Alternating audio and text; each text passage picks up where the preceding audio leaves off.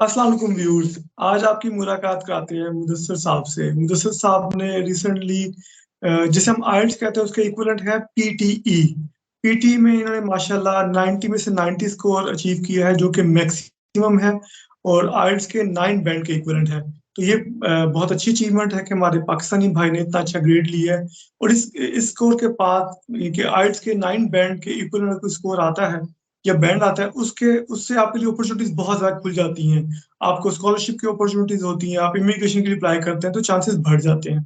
तो इसलिए मुदस्सिर भाई को कहा गया कि टाइम दें और डिस्कस करें ताकि स्टूडेंट्स को गाइड कर सकें कि जो जिनके ख्वाब है कि वो बाहर जाके पढ़ना चाहते हैं, अच्छी तालीम हासिल करना चाहते हैं, क्वालिटी एजुकेशन हासिल करना चाहते हैं, तो आइल्स या पीटी एक मेन रिक्वायरमेंट है। तो उसे पूरा करना बहुत जरूरी है। बहुत ज्यादा स्टूडेंट्स कहते हैं कि इसके बगैर एडमिशन हो जाए, लेकिन इससे एडमिशन के चांसेस बहुत बढ़ जाते हैं। तो ये वीडियो बनाने का मकसद भी यही था कि लोगों को गाइड किया जाए और लोगों को मोटिवेट किया जाए। तो जी दूसरे भाई, पहले अपने बारे में थोड़ा सा ब्रीफ करें, फिर हम थोड़ा टेक्निकल बातें करेंगे कि लोग किस तरह इतना अच्छा बैंड हासिल कर सकें। मेरा नाम मुदस्सिर यासीन, जैसे आपने बता ही दिया। मैं वैसे तो पंजाब का एक छोटा सा टाउन है हवेली लखा, डिस्ट्रिक्ट उकाड़ा, वहाँ से मैं बिलोंग करता हूँ। मेरा भाई इलाका है वो। मैंने अपनी इंटर जो है वो गवर्नमेंट कॉलेज यूनिवर्सिटी से की। फिर जो है लाहौर आके पढ़ते रहे 2 साल। फिर उसके बाद मैंने इंजीनियरिंग किया institute of space technology Islamabad से, एरोस्पेस इंजीनियरिंग। तो एरोस्पेस इंजीनियरिंग के बाद जो है वो थोड़ा सा चूँकि पाकिस्तान के अंदर इंडस्ट्री है नहीं इंजीनियरिंग की, तो पाकिस्तान में रहना था। तो फिर थोड़ा कंपटीशन की तरफ आ गए, सीएसएस की तरफ। तो सीएसएस भी मैंने क्वालिफाई किया हुआ है, पीएमएस भी किया हुआ है। तो चलो माशाल्लाह। उसके बाद जो है वो बस चूँकि चूँकि प्लान बी जो बड़ा ज़रूरी होता है ज़िंदगी के अंदर, तो फिर जब बिल्कुल। पीटी भी दिया उसी के दौरान ही। तो पीटी में अच्छा, अभी जो है वो रिसेंटली काफ़ी अच्छा स्कोर आया है। ठीक।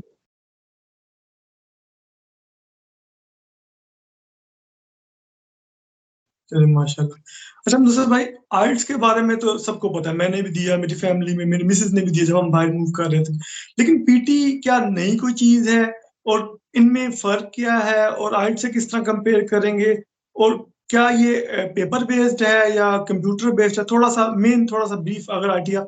जैसे बेसिक लोगों को कुछ नहीं पता है पीटी के बारे में, जैसे मैं भी एक न्यू कमर, मुझे नहीं पता पीटी के बारे में, तो थोड़ा गाइड कर देंगे पीटी क्या है। हाँ जी, पीटी जो है ये का आइल्स की तरह का ही एक एग्ज़ाम है। इंग्लिश लैंग्वेज टेस्ट है, इसको भी हम कहते हैं। तो ये पियर्सन एक ऑर्गेनाइजेशन है यूके की, ये टेस्ट कंडक्ट करती है, पीटी एकेडमिक। एक ही टेस्ट होता है, पीटी एकेडमिक, पीटी जनरल कोई नहीं होता। या फिर पीटी यूके वीज़ा होता है, वो यूके की यूनिवर्सिटीज सिर्फ और सिर्फ स्पेसिफिकली। लेकिन जो पीटी एकेडमिक है, ये ओवरऑल द वर्ल्ड जितने भी एंग्लोफोन कंट्रीज हैं, वो सारे कंट्रीज जिनकी ऑफिशियल लैंग्वेज इंग्लिश है, उन सब के अंदर यूनिवर्सली एक्सेप्टेड किया जाता है आइल्स के मुतबादल के तौर पर। मतलब कनाडा के अंदर सब यूनिवर्सिटीज इसको एक्सेप्ट करती हैं, यूके के अंदर, यूएसए के अंदर इवन हार्वर्ड करता है एक्सेप्ट, एमआईटी करती है। यूके की अगर आप बात करें तो यूके के अंदर कैम्ब्रिज, ऑक्सफोर्ड सब कर रही हैं। कनाडा की जो है वो मैकगिल कर रही है। इसी तरीके से ऑस्ट्रेलिया और न्यूजीलैंड जो है वो भी इसको यूनिवर्सली एक्सेप्ट करते हैं। और फिर जो है अगर बात की जाए इमिग्रेशन के हवाले से, तो ऑस्ट्रेलियन इमिग्रेशन के लिए दो टेस्ट जो है वो एप्लीकेबल होते हैं। एक आइल्स, आइल्स जनरल, और दूसरा जो है वो पियर्सन पीटी एकेडमिक। तो दोनों जो है वो यूज होते हैं, लेकिन ऑस्ट्रेलियन इमिग्रेशन के लिए लोग जो ज्यादातर प्रेफर करते हैं टेस्ट, वो पीटी एकेडमिक करते हैं।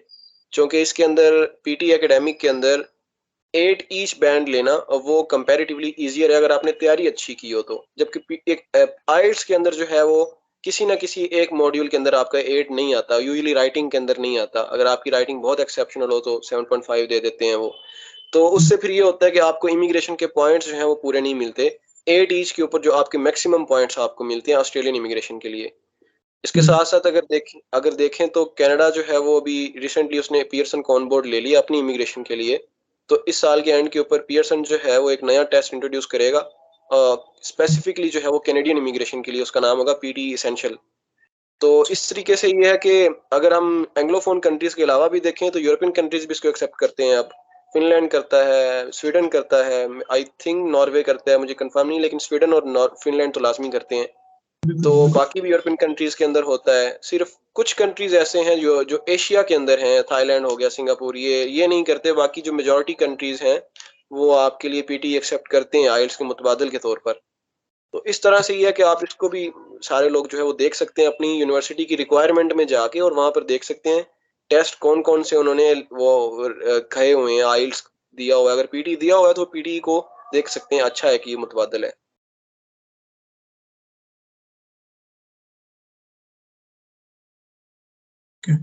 बिल्कुल। अब मैं बिल्कुल बेसिक सवाल करता हूँ। कुछ लोग हैं फॉर एग्जांपल वो आइल्स का जिन बना रहे हैं कि उनको आइल्स करना चाहिए ताकि उनके लिए अपॉर्चुनिटीज ज्यादा हो जाए। तो क्या आप सजेस्ट करते हैं आइल्स और पीटी का डिफरेंस क्या है? क्या फीस का डिफरेंस है? क्या मैं किस साइड पे जाना चाहिए लोगों को? देखें जी, अगर तो फीस की बात करें तो फीस के हिसाब से जो पीटी है वो थोड़ा सा महंगा है आइल्स से। मतलब आइल्स का आजकल जो 45-46,000 पाकिस्तानी रुपीस के अंदर हो जाता है। तो पीटी के आजकल पीटी की जो फीस है वो डॉलर में पे करनी होती है। तो रुपए की डिवैल्यूएशन की वजह से यूजली आजकल जो पीटी का चल रहा है वो 66 चल रहा है। तो 20,000 का फर्क है तकरीबन आजकल। अगर डॉलर कम होता है, जो कि शायद चांसेस नहीं है उसके, तो फिर चाहे ये थोड़ा सा कम हो जाए। कभी किसी दौर में जब मैंने दिया था वो 50,000 में दिया था। तो आजकल अलबत्ता ये 66 का चल रहा है। तो महंगा तो है ये थोड़ा। तो आपको फिर देखना पड़ेगा कि आप जो है वो आपके करियर गोल्स कौन कौन से हैं, आप कहाँ जाना चाहते हैं, कहाँ अप्लाई करना चाहते हैं। अगर तो आप जो है वो इंग्लिश स्पीकिंग कंट्रीज के अंदर अप्लाई करना चाहते हैं या यूरोप के अंदर, तो पीटी जो है वो एक बड़ा अच्छा मुतबादल है। जर्मनी मेरे ख्याल में इसको एक्सेप्ट नहीं करता। फॉर एग्जाम्पल किसी बंदे का जो करियर गोल है वो जर्मनी के अंदर मास्टर्स करना है, तो मैं उसको ये रिकमेंड नहीं करूंगा कि वो पीटी वो जो है वो ऑप्ट करे, वो उसको आइएलटीएस ही देना पड़ेगा। लेकिन अगर किसी किसी ने जो है वो यूएसए जाना है, यूके जाना है, न्यूजीलैंड, ऑस्ट्रेलिया जाना है, इवन कनाडा की जो नॉन एसडीएस स्ट्रीम है उसके अंदर भी जो है वो पीटी एक्सेप्टेड है, तो वो फिर इसको लाजमी देख सकता है। और अगर किसी का गोल जो है वो इमिग्रेशन है ऑस्ट्रेलिया की, तो फिर तो उसे हर हाल में पीटी देना चाहिए। तो ये इस तरह से आपके गोल्स के ऊपर डिपेंड करेगा, प्रोफेशनल गोल्स आपके क्या क्या हैं। सबसे जो इम्पोर्टेंट है कि स्कोर की रिक्वायरमेंट। जैसे आपका माशाल्लाह 9 आया और हर एक में 9 आया है, बड़ा इंप्रेसिव है और बड़ी जबरदस्त ये अचीवमेंट है आपकी। लेकिन मैंने पाकिस्तान में कोई बंदा अपने इर्द गिर्द ऐसा नहीं देखा जिसका मैंने 9 सुना हो सब में। तो इट मीन्स के स्कोरिंग साइड पे तो थोड़ा सा अच्छा स्कोर आने के चांसेस हैं।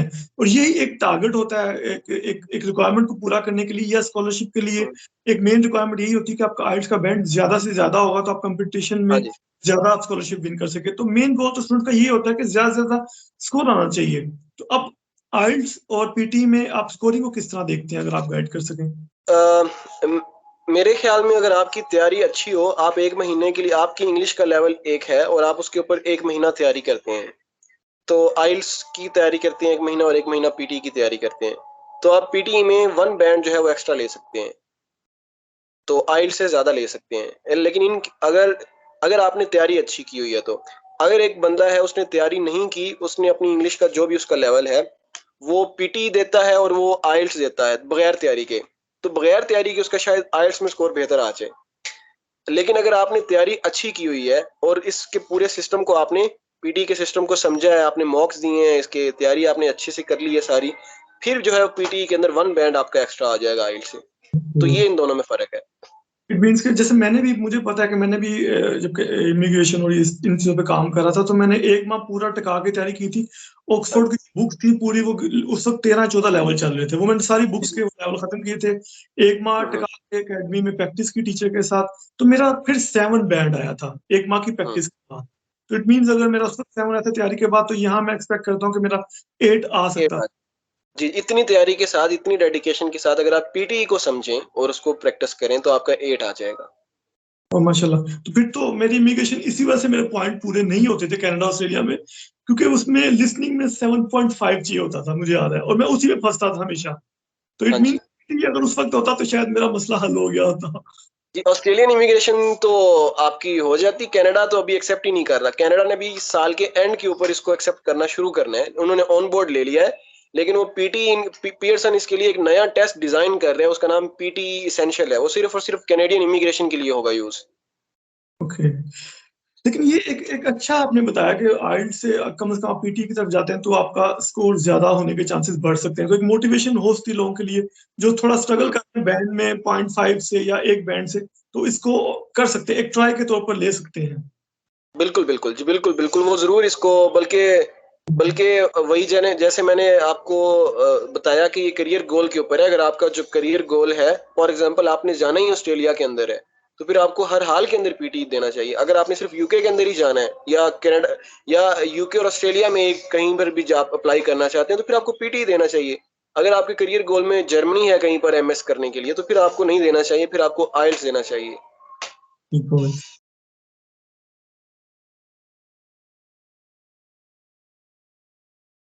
आप थोड़ा सा हाँ जी। जनरल बताएं कि कुछ स्टूडेंट्स फिनलैंड नॉर्वे स्वीडन के लिए अप्रोच करते हैं और वो ये कहते हैं कि इस आइल्स या पीटी के बगैर कोई यूनिवर्सिटी ढूंढ दे। लेकिन मैं उनको कहता हूँ कि यार थोड़ी सी एक माह लगा लो, एक माह में आपका बैंड का अच्छा स्कोर आ जाएगा और अपॉर्चुनिटीज बहुत ज्यादा खुल जाएंगी। तो इस साइड पे थोड़ा सा अगर आप गाइड करें, आप भी स्टूडेंट को टीचिंग कर रहे हैं कि क्यों ये लोग क्यों शाय होते हैं कि आइल्स करने पे, हालांकि सारी जिंदगी इंग्लिश पढ़ी होती है, इवन मास्टर किया होता है, एमफिल किया होता है, फिर भी वो आइल्स से पीटी से वो अवॉइड कर रहे होते हैं। इस साइड पे थोड़ा सा कहें आप, स्टूडेंट्स की क्या साइकी समझते हैं, क्या होता है, कैसे ये लोग करते हैं? चूंकि हम पकी पकाई खीर खाना चाहते हैं, इसलिए हम जो है वो मेहनत से भागते हैं। और हमें बेसिकली पाकिस्तान से निकलना है, तो हम तैयार हैं कि हमें कोई हम 35 लाख उस बंदे के हाथ में पकड़ाने को तैयार हैं और वो हमें वीज़ा लगवा दे। तो ऐसे जबकि होता नहीं है।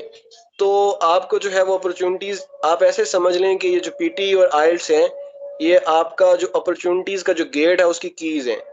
तो जब तक आपके हाथ में ये नहीं आएंगे, आपके लिए वो दरवाजे नहीं खुलेंगे।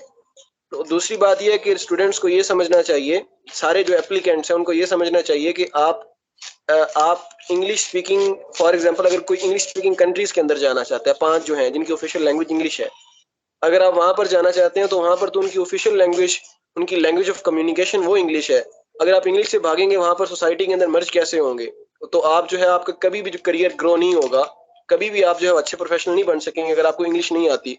तो बजाय ये कि वहां पर सफर करें, आप यहीं पर सफर करके थोड़ा सा पढ़ लें। यहाँ पर तो फीसिस भी कम है लोगों की, और जो है वो आप खुद भी कर सकते हैं, मेहनत कर सकते हैं। बाहर चले जाएंगे तो फिर कोई आपके पास जो है वो ना टाइम होता है, ना आपके स्टेक्स बड़े हाई होते हैं, आपको कमाना होता है, आपने फीसें देनी होती हैं, आपने प्रोफेशनल जॉब ढूंढनी होती है, आप नहीं कर सकते और फिर आप जो है वो सफर करते हैं। और अगर हम्म। आप नॉन इंग्लिश स्पीकिंग कंट्रीज के अंदर भी जा रहे हैं, तब भी वहां पर जो language of medium of education होगी वो इंग्लिश होगी। आप इंग्लिश स्पीकिंग यूनिवर्सिटीज के अंदर जा रहे हैं, तो वहां पर जो है वो अगर आपको इंग्लिश नहीं आती, फिर आप कैसे वहां पर सरवाइव करेंगे, कैसे आप प्रेजेंटेशंस देंगे, कैसे आप कम्युनिकेट करेंगे, कैसे आप अपने थीसिस लिखेंगे? तो हम्म। ये है कि, और दूसरी बात ये है कि आप बहुत सारे जैसे कंट्रीज हैं, फिनलैंड है, तो वहां पर लैंग्वेज के एक्स्ट्रा मार्क्स मिलते हैं आपको। और अगर आपके बैंड अच्छे हो तो बड़ा अप्रिशिएट करते हैं उस चीज को, वो आपकी सीवी अच्छी हो जाती है, वो कहेंगे कि ये एक ग्लोबल जो आजकल की दुनिया है, इंटरकनेक्टेड वर्ल्ड है, उसके लिए ये एक हमारा अच्छा हमें रिप्रेजेंट करेगा दुनिया के अंदर। तो वो बिल्कुल। आपकी एक सीवी बड़ी अच्छी बन जाती है। अगर आपका बैंड अच्छा हो तो आपके स्कॉलरशिप के चांसेस बढ़ जाते हैं। तो इंग्लिश स्पीकिंग ये जो लैंग्वेज टेस्ट है, इनके बगैर तो आप जो है वो नहीं जो है वो आज चल सकते आगे। बिल्कुल, मैं ऐसी बात आपकी बात को सेकंड करूंगा। स्वीडन और फिनलैंड में अगर आपका 7 बैंड है ना, तो कम से कम 50% तो स्कॉलरशिप मिल ही जाता है मोस्टली लोगों को, और हाँ जी। 100% मिल सकता है 7 बैंड पे। और 7 बैंड एक माह की तैयारी करें और अगर आपका 7 बैंड आ जाए, आपको 100% स्कॉलरशिप, कम से कम 50% भी स्कॉलरशिप मिल जाए, तो बड़ी अचीवमेंट है ये। जी जी।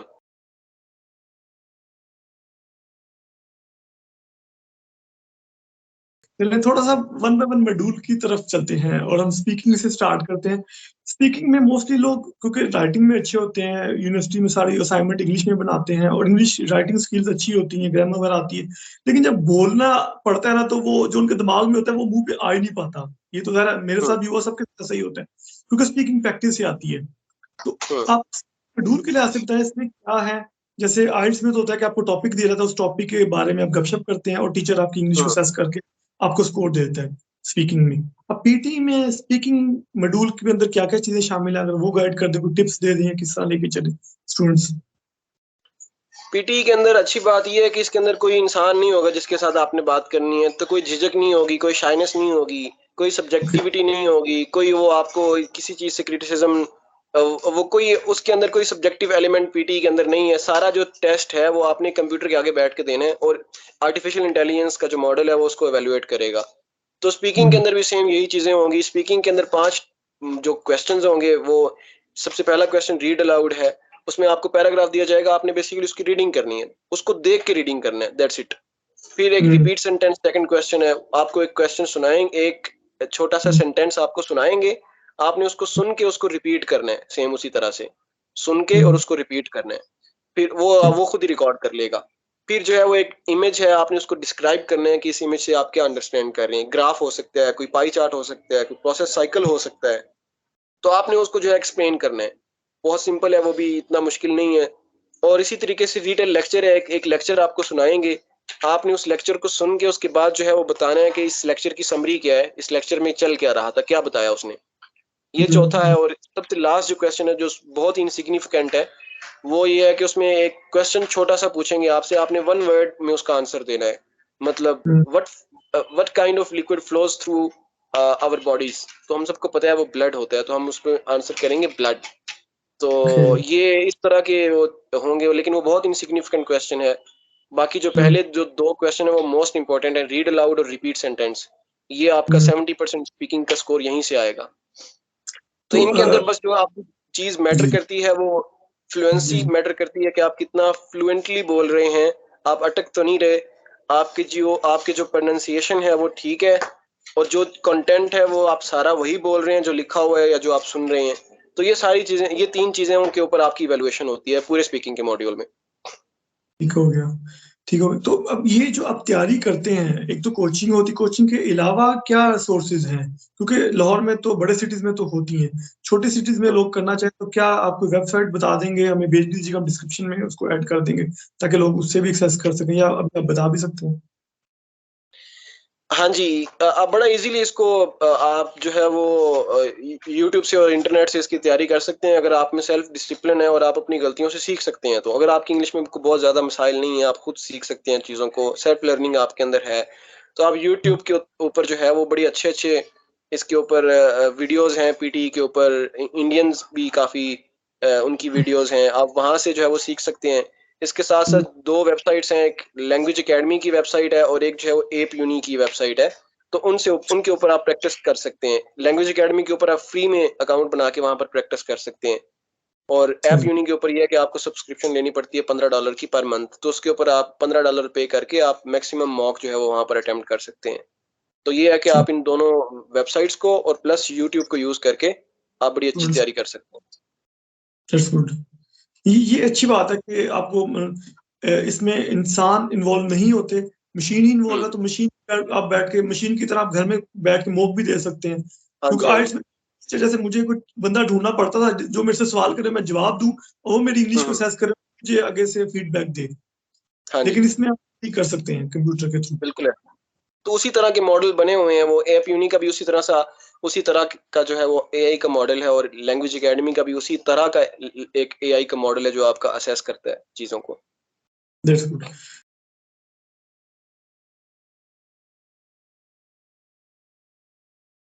अच्छा, नेक्स्ट मॉड्यूल की बात करते हैं राइटिंग की। जैसे आइल्स में राइटिंग में मोस्टली ऐसे आते हैं, या कोई लेटर या कोई एप्लीकेशन लिखनी हो, या ऐसे आते हैं। अब इसमें पैटर्न क्या है, ये गाइड कर दें स्टूडेंट्स को। राइटिंग के अंदर 2 ही क्वेश्चंस हैं यहाँ पर, एक ऐसे आता है, 20 मिनट्स के अंदर एक ऐसे प्रोड्यूस करना होता है आपने, और 200 वर्ड्स मिनिमम होने चाहिए उसके अंदर। लेकिन और दूसरा जो है वो है जी समराइज रिटन टेक्स्ट। एक पैराग्राफ होता है, उसकी समरी करनी होती है आपने इन 1 सेंटेंस, एक फुल स्टॉप होना चाहिए उस समराइज रिटन टेक्स्ट के अंदर। तो ये 2 क्वेश्चन जो है वो राइटिंग के अंदर जो है वो आते हैं।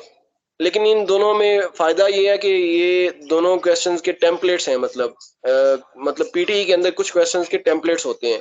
तो इन दोनों क्वेश्चंस के टेम्पलेट्स हैं कि अगर आप वही टेम्पलेट्स को फ़ॉलो करके थोड़ी-सी अपनी कंट्रीब्यूशन है उसमें ऐड कर दें, तो आपका जो स्कोर है वो बड़ा अच्छा आ सकता है। तो टेम्पलेट्स जो जो हैं वो भी यूट्यूब के ऊपर पड़े हुए हैं, लोगों ने बताए हुए हैं सारा कुछ। थोड़ा-सा बस ये कि आप यूट्यूब के ऊपर जाके आप एक्सप्लोर कर लें, तो वो ठीक जो है है वो बड़ा ईज़िली हो जाएगा।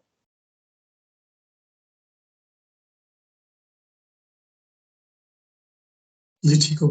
अब नेक्स्ट बात करते हैं रीडिंग की, और जो सबसे ज्यादा आइल्स में जिसमें बच्चे फंसते हैं। मैं जो भी मुझे फोन आते हैं या डिस्कशन होती है, उनके आइल्स के अंदर ही वो रीडिंग में फंसते हैं। मतलब 6.5 से ऊपर बड़ी मुश्किल से जाते हैं, क्योंकि वो लंबे लंबे पैराग्राफ होते हैं, टाइम कम होता है, और 3 में से वो मुश्किल 2 पैराग्राफ ही कर पाते हैं और टाइम खत्म हो जाता है। रीडिंग में स्पेशली स्टूडेंट्स फंसते हैं आइल्स की एकेडमिक में। अब आप गाइड करते हैं कि इसमें रीडिंग का पैटर्न क्या है, क्या इजी आइल्स है या डिफरेंट है, कैसे है? पीटी के अंदर जो कहते हैं कि असल एग्जाम है वो रीडिंग का है। ओके। तो रीडिंग का जो मॉड्यूल है वो टफेस्ट है पीटी के अंदर। इसके अंदर जो मेन 2 क्वेश्चंस हैं वो फिल इन द ब्लैंक्स हैं। Fill in the blanks reading and writing, और फिल इन द ब्लैंक्स अकेला रीडिंग। उसके अंदर बेसिकली आपको क्या होता है कि एक पैराग्राफ के अंदर ब्लैंक स्पेसेस दी हुई हैं, और हर ब्लैंक स्पेसेस के आगे जो है वो क्रॉस 4 ऑप्शन दिए हुए हैं, आपने उनमें से एक सिलेक्ट करने हैं। तो उसमें ये होता है कि आपने उस पूरे पैराग्राफ को, जब तक आप समझेंगे नहीं कॉन्टेक्स्ट को, क्या बात चल रही है, क्या चल रहा है, तो फिर तब तक आप जो है वो उसको वहां पर करेक्ट ऑप्शन नहीं सिलेक्ट कर सकते। तो आपकी रीडिंग का इम्तिहान हो रहा है, और ये जो है यहाँ पर सबसे ज्यादा जो लोग फंसते हैं। तो ये एक इस तरह की रीडिंग की फिल इन द ब्लैंक्स आते हैं, और दूसरे जो फिल इन द ब्लैंक्स हैं उसमें 4 फिल इन द ब्लैंक्स दिए होंगे और नीचे 10-12 ऑप्शन दिए होंगे। तो आपने वहां से उठा उठा के चीजें उनके ऊपर करेक्टली प्लेस करनी है। तो ये 2 जो क्वेश्चंस हैं ये रीडिंग के पूरे स्कोर का 90% कंट्रीब्यूट करते हैं, मे बी मोर देन 90%। और 2 क्वेश्चंस और जो हैं वो बहुत इतने इनसिग्निफिकेंट हैं, वो उनकी कोई खास इतने वैल्यू नहीं है। एक एमसीक्यूज हैं, एक पूरा पैराग्राफ दिया होगा और उसमें से एमसीक्यू पूछा होगा, तो वो इनकी कंट्रीब्यूशन बहुत माइनर है, 1 नंबर होता है बस। और इसी तरीके से रीड अलाउड जो है वो, और सॉरी रीऑर्डर पैराग्राफ, उसमें एक पैराग्राफ को उन्होंने जम्बल्ड करके दिया गया होगा, डिसअरेंज करके उसके उसके सेंटेंसेस को आपने उनको अरेंज करके पहला ये, दूसरा ये, और तीसरा ये, और चौथा ये, इस तरह अरेंज करके लिखना होता है। तो उसके भी इतने खास नंबर नहीं है। जो मैसिवली कंट्रीब्यूट जो जो क्वेश्चन करेंगे वो फिल इन द ब्लैंक्स हैं, रीडिंग एंड राइटिंग। ठीक है।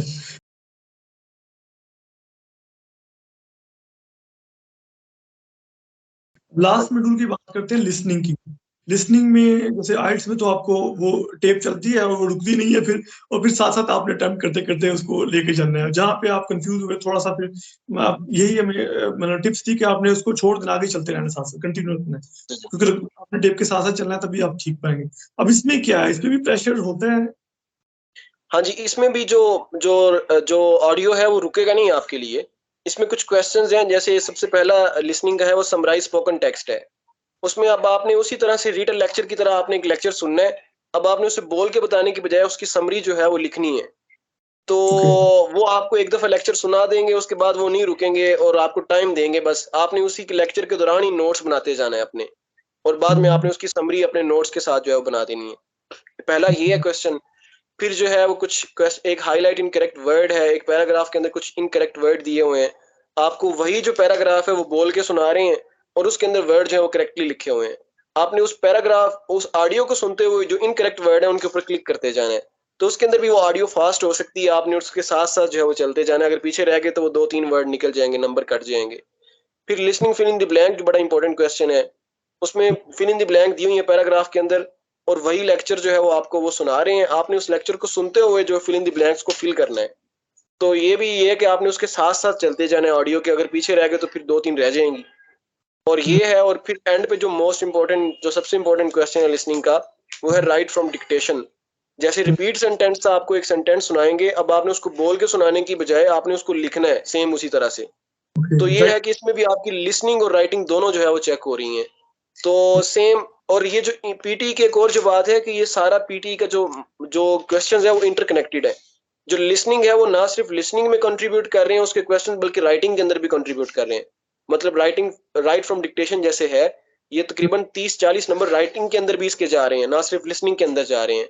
समराइज स्पोकन टेक्स्ट भी के जो मार्क्स हैं वो भी राइटिंग के अंदर भी जा रहे हैं और लिसनिंग के अंदर भी जा रहे हैं।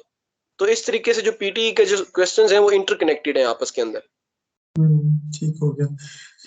तो बिल्कुल, बहुत बहुत अच्छा आपने गाइड किया चारों मॉड्यूल का, तो आई होप कि समझ आ गई होगी। लेकिन डेफिनेटली लोग जब स्टार्ट करेंगे और फिर चीजें और पूछना चाहेंगे तो डेफिनेटली अगर आप कहेंगे तो आपका नंबर उनको शेयर कर देंगे। अगर वो आपसे जब वॉइस मैसेज कर दिया करेंगे, आपको टेक्स्ट कर देंगे, जब आपको टाइम होगा आप रिप्लाई कर दीजिएगा, ताकि कोई जो लोग हैं फॉर एग्जाम्पल बड़े सिटी के अलावा है, उनके पास अपॉर्चुनिटीज कम होती है, और मोस्टली लोग यही कहते हैं कि मिडिल क्लास से हैं, हम इतना अफोर्ड नहीं कर पाते। तो जी हम जी हम जी। गाइड कर रहे हैं, लोगों की हेल्प करते हैं। अब ये लोगों के ऊपर है कि वो हम अप्रोच करें, हमसे पूछे, तो हम डेफिनेटली उनको जवाब देंगे।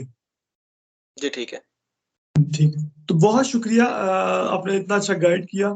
और हम यही लोगों को मोटिवेट करना चाहते हैं कि इसके थ्रू आपकी बहुत सारी अपॉर्चुनिटीज खुलेंगी। तो चाहे आइल्स कर लें चाहे पीटी कर लें, लेकिन कुछ ना कुछ आपको करना चाहिए, इसके बगैर एडमिशन के चांसेस बहुत कम होते हैं। तो हम इन द एंड यही कहेंगे कि एक अपनी शाइनेस खत्म करें, आप इंग्लिश सारी जिंदगी पढ़ते आए, जस्ट थोड़ा उसको पॉलिश करना है, थोड़ा सा टाइम लगाना है अपने ऊपर। 1 माह भी जी काफी होता है, मोस्टली 1 माह इनफ बिल्कुल। होता है। क्या 1 माह वैसे मोस्टली 1 माह में स्टूडेंट 7 बैंड ऑलमोस्ट आपके पास ले लेते होंगे जो तैयारी करते होंगे, हाँ जी, हाँ जी, बिल्कुल, बिल्कुल, मेजॉरिटी ले लेते हैं। मेजॉरिटी ले लेते हैं। थैंक यू सो मच, जज़ाकल्लाह। मुझसे अपना ख्याल रखिएगा। शुक्रिया, अल्लाह हाफ़िज़। अल्लाह हाफ़िज़।